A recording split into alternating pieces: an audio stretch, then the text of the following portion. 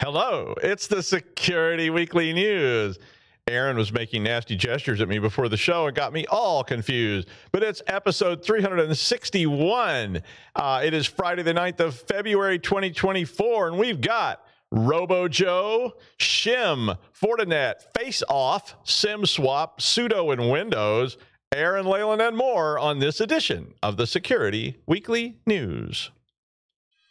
This is a Security Weekly production for security professionals by security professionals. Please visit securityweekly.com/subscribe to subscribe to all the shows on our network.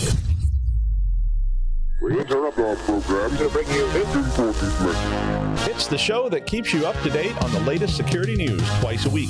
Your trusted source for accurate security information and expert analysis. It's time for the Security Weekly News. Created in 2005 and hosted by security industry veterans, Paul's Security Weekly is your source for in-depth coverage of the latest vulnerabilities, exploits, and security research. Our weekly security news discussion dives deep into the security issues we face today and potential solutions in a fun and lively atmosphere. Each week, we bring on guests from the security community to learn about their journey and discuss topics relevant to their work and research. You can also subscribe to our show by visiting securityweekly.com/subscribe or look for Paul's Security Weekly in your favorite podcast catcher. We've recorded a ton of content over the years, so we created Spotify playlists featuring some of our favorite episodes, including interviews with Marcus Random, John McAfee, and Chris Roberts, to name a few. You can find them at securityweekly.com/starter packs. All right, welcome to the Security Weekly News. I'm Doug White, and we're here today. First up, SHIM. SHIM. It's a weird word. Maybe you never heard of it, or maybe you think it's something you put underneath your guitar neck to fix your intonation problems. I mean, yeah, but in this case, it's a small app. And specifically, it's a small app that contains the certificates in the code to verify the bootloader. Most Linux distros use SHIM to support secure boot. And if you don't know what all that stuff is, well, you haven't been out listening to Paul for a long time. But secure boot, of course, is the way that we validate the kernel that's being loaded to ensure that it hasn't been changed, modified, or whatever, and that deviates from that hash. Well, there is a vulnerability in SHIM, and kind of like your aversion to parasitic worms, most of us have an aversion to things that affect the security of the boot process. I mean, you see a guinea worm, don't Google that. Well, don't Google that unless you're really not eating lunch.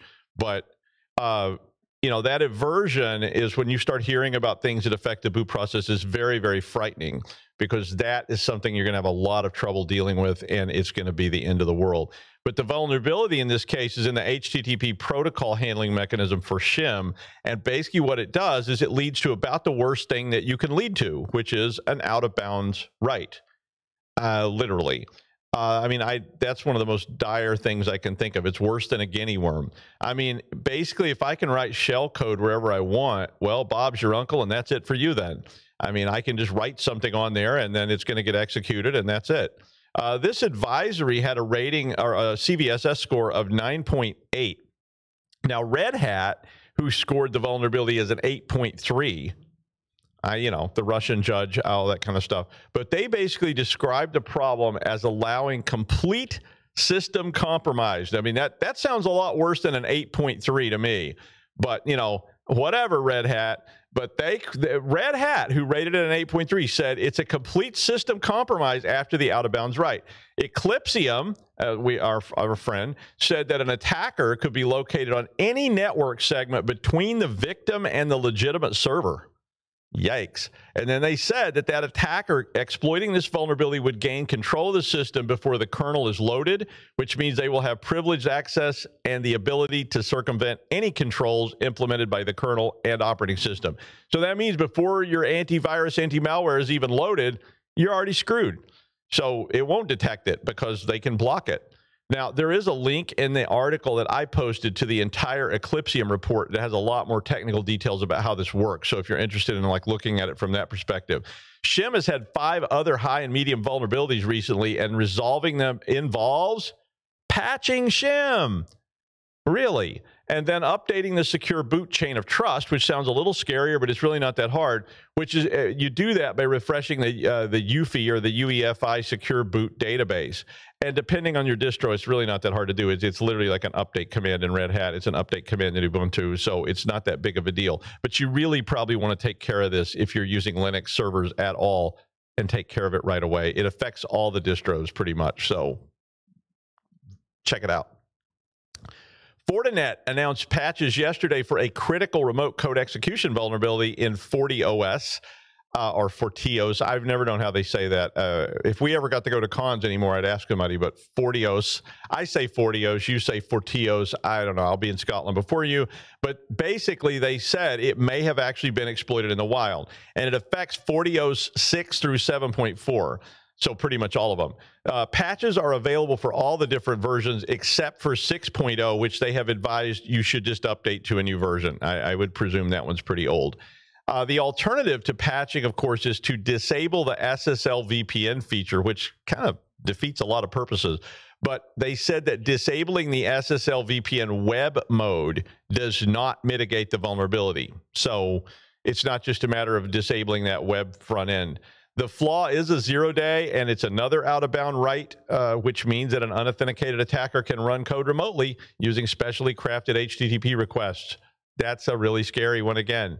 Fortinet did not reveal who had been attacked that they were saying was in the wild, and they did not mention who was doing the attacking, but Volt Typhoon, which we all know and love, is a Chinese threat group, has been known to target Fortinet in the past, and 2 older vulnerabilities on Fortinet have been exploited in attacks by APT groups, Advanced Persistent Threat groups, linked to China. So look, patch up whatever you're running, really.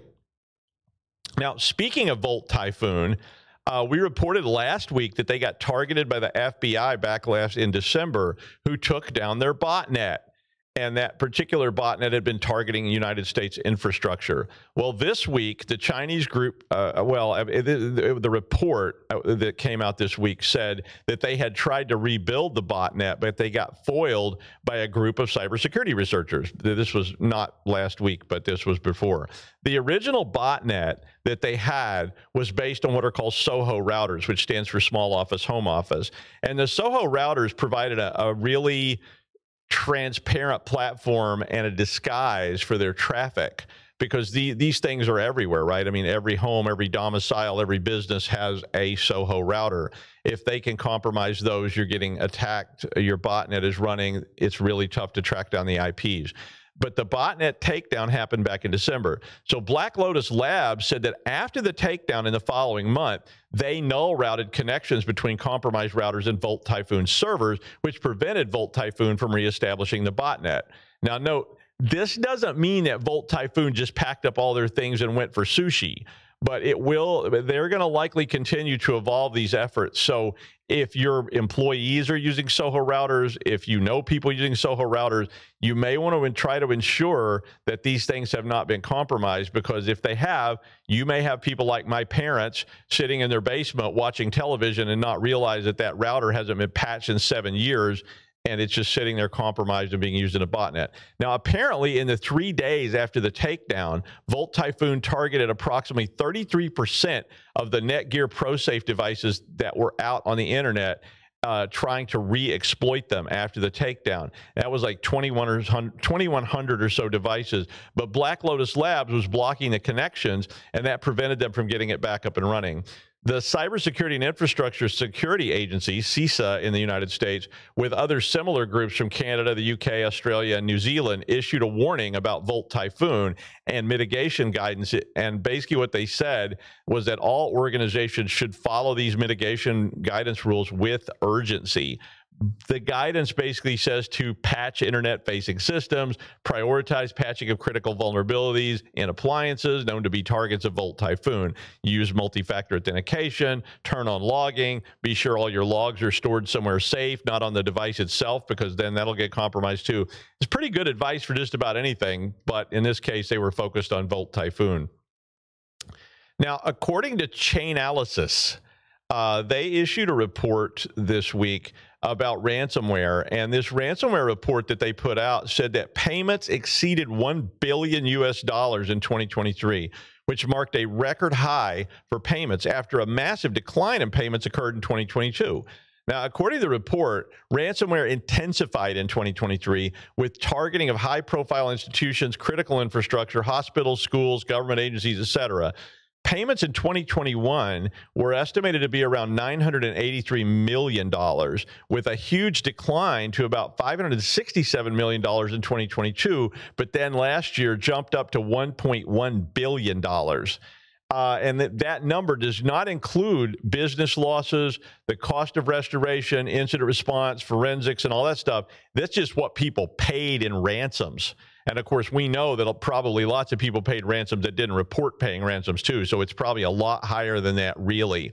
So ALF-V or ALF-5, I don't know how to say it, Black Cat was the top ransomware group in terms of the median payment amount and the frequency of payout. So they had a big grid thing, like like a Gartner type grid, and Black Cat was up in that upper right corner of frequency of payout and amount of payout. The highest frequency of payout was Phobos, which was the most frequent payout with the smallest ransoms.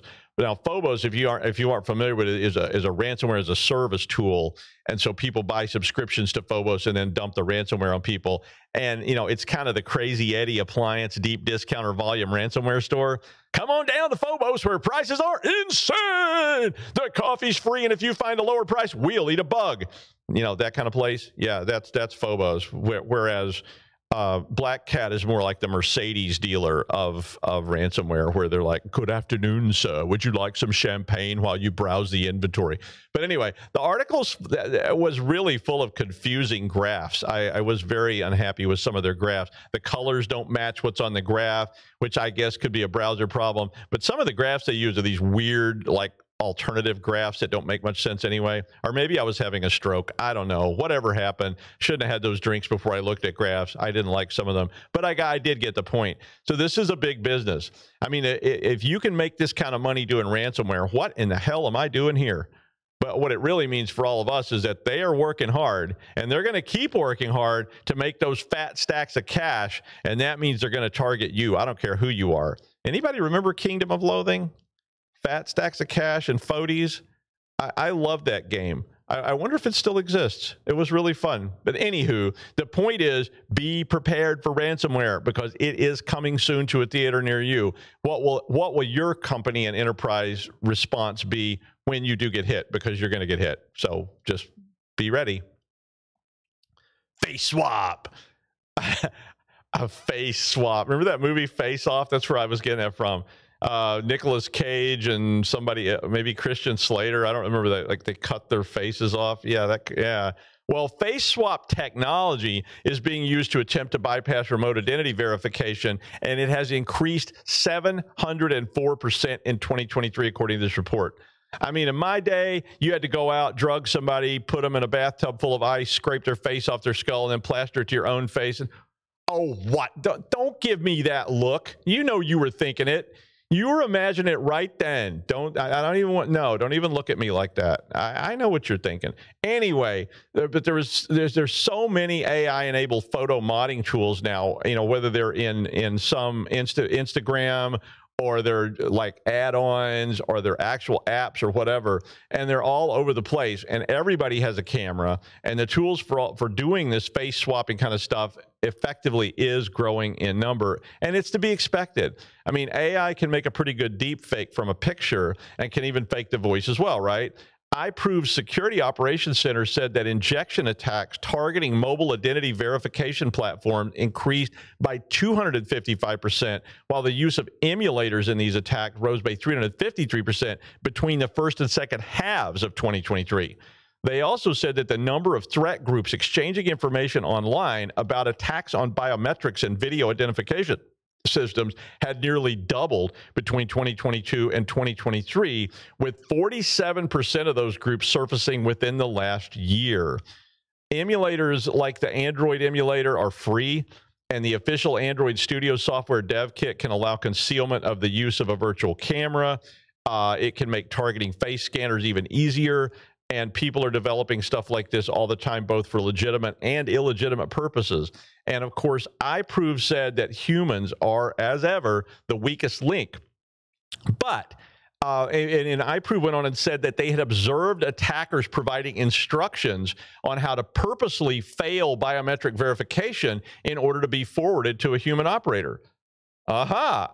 So I used to use my swearing attack, which worked really well at United Airlines and UPS. So when you got the robot, you started screaming swear words at it. And guess what? Because I was thinking about it. If I was a programmer and I had written this code, I would look for angry customers and maybe escalate them. So I thought, I'll try it. So I was on hold with United Airlines. I started screaming swear words into the phone. A lot of people were staring at me in the airport, but then again, it was an airport. And guess what? It was like connecting, and it connected me to the second tier customer service. Doesn't work anymore though. But UPS did the same thing, but also doesn't work anymore. Now you're just swearing for no reason, but makes you feel better. Anyway, another study that was cited in this article said that human subjects could only detect high-quality deepfake videos 24.5% of the time, but that the humans actually outperformed deepfake detection algorithms overall. So this is pretty scary stuff. And this is, of course, a grave concern for many, many different reasons, including that, things like, is that speech real? Is that actually my boss telling me to do something? Is that actually my kid? I mean, I spent a lot of time talking to my parents about scam techniques so that, when they got old and, but if that call had been coming from their granddaughter with her face and her voice asking them for cash, they would have been running to send money to her instantaneously. So you should probably start thinking about this and the impact that's going to happen when a deep fake of your CFO ordering somebody to make a payment of $1 million to Smersh goes through. I mean, it's going to get tricky. So start thinking about it. SIM swapping, not face swapping this time, SIM swapping. I hate it. It's very scary. It's easy to do, and it has all the elements of a classic con. Get some poor teenage sap at the phone store to help you since you lost your phone, or just cut to the chase and pay them to do it. I mean, that's easier, and you don't have to suck up. I mean, hey, kid, you want to make $200 the easy way? Yeah, exactly. Well, Bankers Life and Casualty Company and Washington National Insurance Company disclosed that data from more than 66,000 customers was stolen following a SIM swapping attack. Now, if you don't exactly know what it means, SIM swapping is basically where you get someone, or you yourself create a duplicate or a cloned SIM card for someone else's phone, and then you put that in the phone you have. Like you had lost your phone and replaced it, which means that their number is your number, and you get their text, you get everything that comes on there, and you could probably access everything on that phone, including things like authenticator apps. And there is a terrifying episode of Paul's Security Weekly. It's episode 701, where Hasib Gawan was talking about just how this works and how easy it is to do. So if you get a chance to go watch that, do so. But in the insurance case, the attacker SIM swapped a senior officer's phone, which allowed them to then compromise individuals' names, birth dates, customer account numbers, and social security numbers, according to both of the insurers. SIM swapping can also be conducted as a prelude to ransomware, and often is. The FBI said they are investigating the insurance case, but they said that the root cause of this had not been clarified as of yet. The Federal Communications Commission, or FCC in the United States, announced yesterday that a new ruling that we mentioned last week has now officially been passed, which makes it illegal to use AI-generated voices for robocalls. This is a follow-up to 3 weeks ago when the New Hampshire voters in the United States were in a presidential primary and began receiving calls from a voice that sounded like United States President Joseph R. Biden, advising them not to vote. The ruling was unanimously adopted on the 2nd of February and provides state attorney generals the ability to prosecute people that are using voice cloning technology for robocall scams.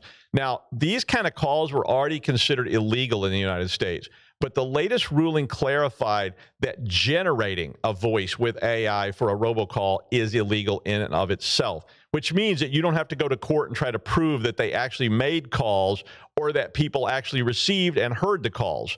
Now you just have to show that they were creating these voices. Biden's voice called the election, quote, a bunch of malarkey, and urged voters to, quote, save your vote for the November election. Yeah, a criminal investigation in that case is being conducted by the New Hampshire Attorney General into a company in Texas called Life Corp, which reputedly made the calls. Well, he can't control his fingers and he can't control his brain, and he mostly definitely wants to be sedated. He is Aaran Leyland. Hi, Aaron. Hey, how's it going? All that SIM stuff that Paul did, I've been following that. It's really cool stuff, isn't it? It's just absolutely ridiculous that apparently the secure Linux version, Red Hat, and that seems to think it's not as important as it might be. Well, maybe they have other mechanisms to mitigate that. I wasn't sure, but yeah. I saw that, and I do know that, like, I don't use Red Hat, but all the Linux that I use is vulnerable to that. And if somebody could swap your kernel out, it would be really, really frightening. And yeah, maybe they do have mitigation to it. Maybe a viewer can write in and inform us all about it. That'd be pretty cool. Yeah, that would be great. Okay, right. Today's article comes with inspiration from an article on HackRead, and it was called Anatomy of Trading Bot Scams, Secure Your Investments. I'm sure that most of us have been tempted into the world of finance, hoping to leave the rat race after a big payment, or maybe you just dipped your toe in and bought a percentage of a Bitcoin. I know that when I dipped in, it all became a bit all-encompassing and felt more like a chore than fun. It definitely wasn't profitable investing. Anyway, just caveat everything I'm going to say. Nothing here that I say is financial advice. Please seek professional assistance for investing.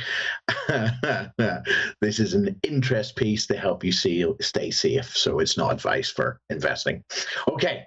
So the lure and danger of automation, the financial technology, fintech as the cool kids call it, world thrives on convenience and profitability, making trading bots, algorithms programmed for automated trades increasingly popular. However, cybersecurity professionals like us know all too well the malicious actors lurking within this exciting industry, as they call it.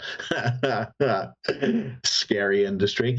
These actors peddling trading bot scams, preying on the hopes and naivety of inspiring investors, and they're everywhere. Everywhere. Today's article dissects these scams, empowering you with the knowledge to protect your investments. Okay, red flags, a cybersecurity perspective, guaranteed returns. Anybody promising consistent risk-free returns is waving a red flag the size of a stop-loss order. See what I did there? It's about all I remember from trading. I'm so bad at it. Markets are inherently volatile, with no technology can guarantee profits. So us, the cybersecurity professionals, should recognize this inherent risk. Unrealistic performance, astronomical returns and fabricated charts, classic manipulation tactics. Remember, this is the big saying that I kept saying, past performance is not indicative of future results. So we should understand the importance of historical data analysis and suspect claims lacking verifiable data.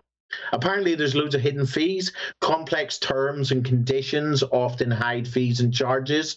Scrutinize every cost, including subscriptions, performance commissions, and withdrawal charges. Do your homework. Limited transparency. It's everywhere. Unclear strategies, proprietary algorithms, and lack of backtesting data are major red flags.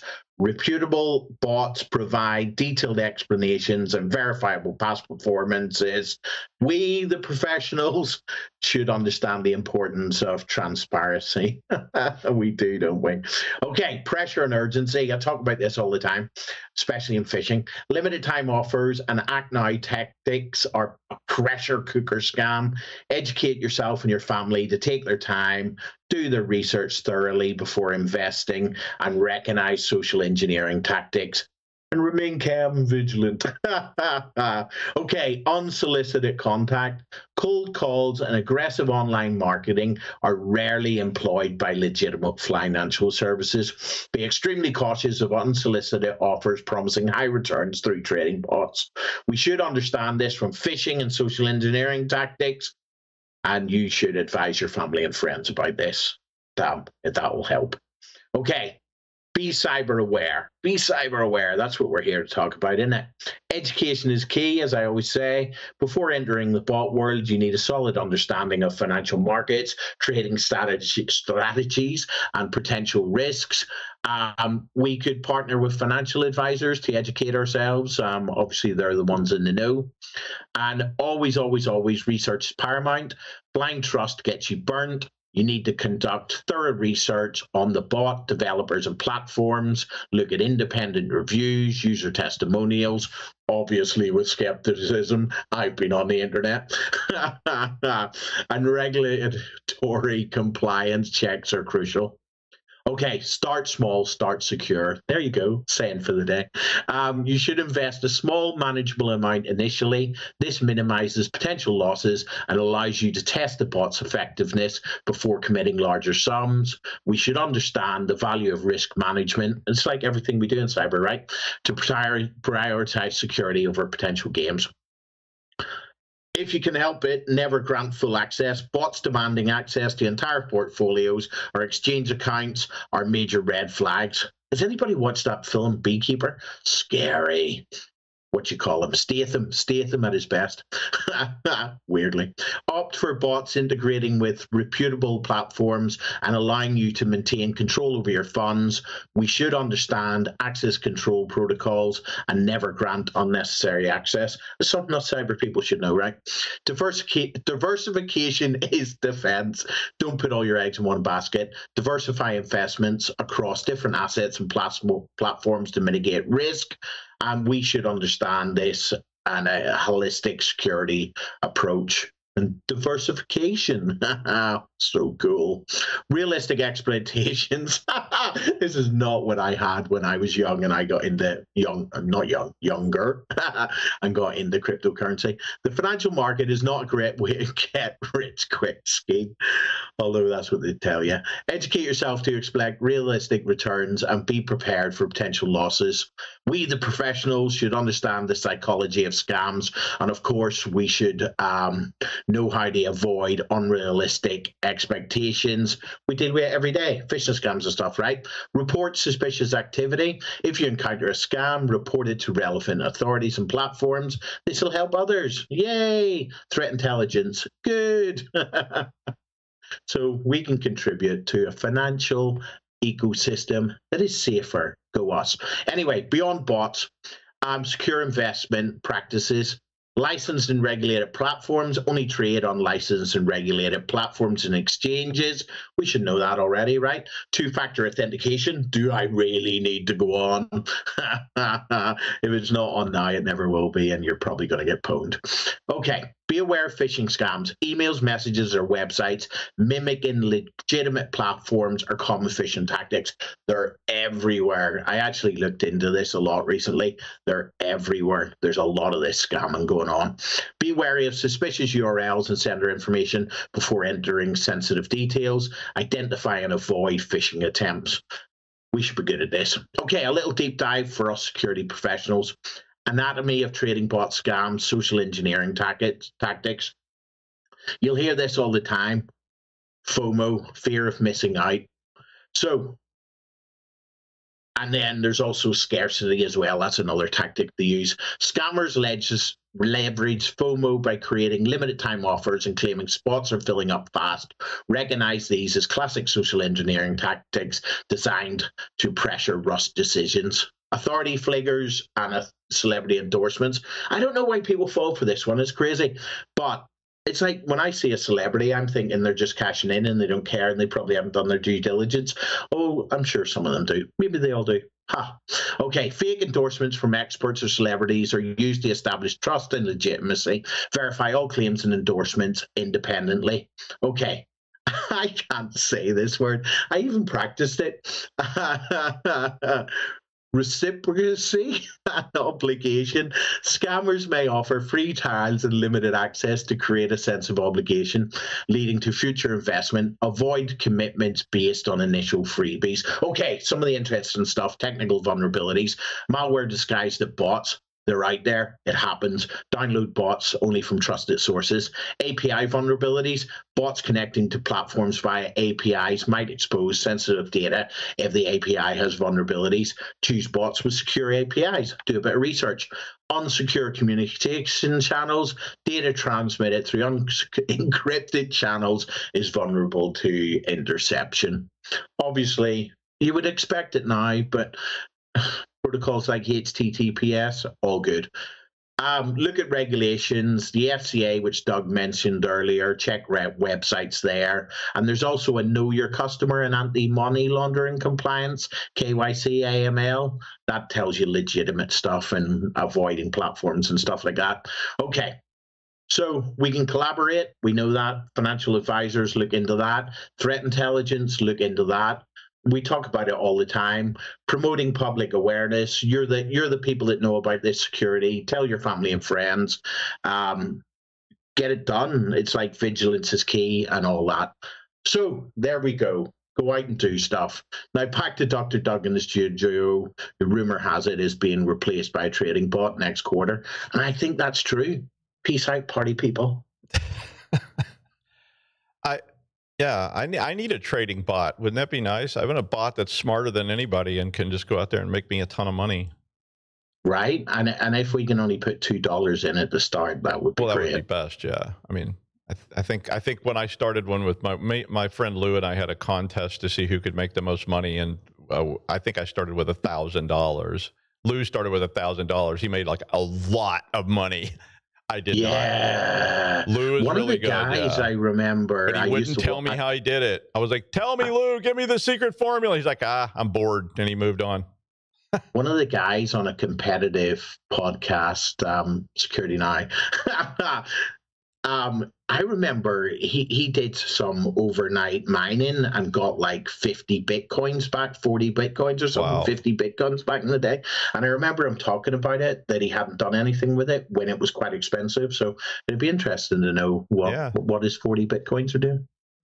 Yeah, it'd be pretty nice, right? I'd take 40 Bitcoins if anybody wants to send them to me. So, yeah. Right. All right. And finally, apparently, Microsoft accidentally announced the arrival of sudo in Windows, or something like sudo. I don't think it's actually sudo. The post, which has been deleted now, said that sudo, the Linux command line permission granting tool that we all love to hate and wear the paint off the keys when we're typing, is apparently due to arrive in the Canary channel of Windows 11 Insider program. So if you don't know what all that means, Windows 11 Insider are people that get beta builds of Windows 11. And, then that way Microsoft gets more information about it. But the post said that build number 26,052 and the current build of Windows 11 is 26,040 would have this in it. Now, sudo, which means super user do, if you didn't know that, most of us know what sudo is, and we have shirts with jokes about it and so forth. But, sudo is basically how a lowly user can run something or do something with godlike root powers without using the old su to root, which is a very different thing. And, and everybody used to do that. And of course, it was a problem. But running as root is never a good idea, but typically everybody used to do it. Today, we, of course, use sudo to do this in a little more secure way. Windows has always had that old run as an administrator, right click, that one for a similar good time. But running a console as administrator is a dangerous thing. And it's sort of the same thing as running as root on Linux. And people leave these windows open, and other apps can access these windows and all kinds of things. So it's very, very dangerous. And, the old RM minus RF star kind of issue when you're running as root because you left the window open on your desk and some 12-year-old kid saw you walk away and went, hey, this will be fun. Yeah, that sort of thing. But sudo means you can elevate a single command instead of just running as a whole admin shell. So it provides at least a little bit of additional protection, but still allows you to do this. And Windows has always done this with that right-click admin. But the post said that the project would be made available in GitHub with 3 different options. One would be running commands in a brand new elevated console window, which is, of course, what we always do now.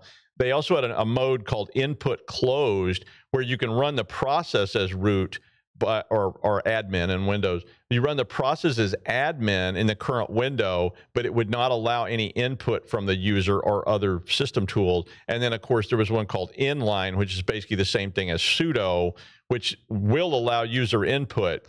but it's all restricted to that one command. So for some reason, Microsoft immediately pulled the post shortly after it was published. So maybe they were just, somebody jumped the gun, but a mystery. Anyway, I will next be live at the Millennium Alliance CISO meeting at the JW Marriott in Atlanta, Georgia on the 26th, 27th, 28th of February. So hopefully I'll see you there. If you're going to be there, come by. Thanks, Aaron, and we'll see you next week on the Security Weekly News.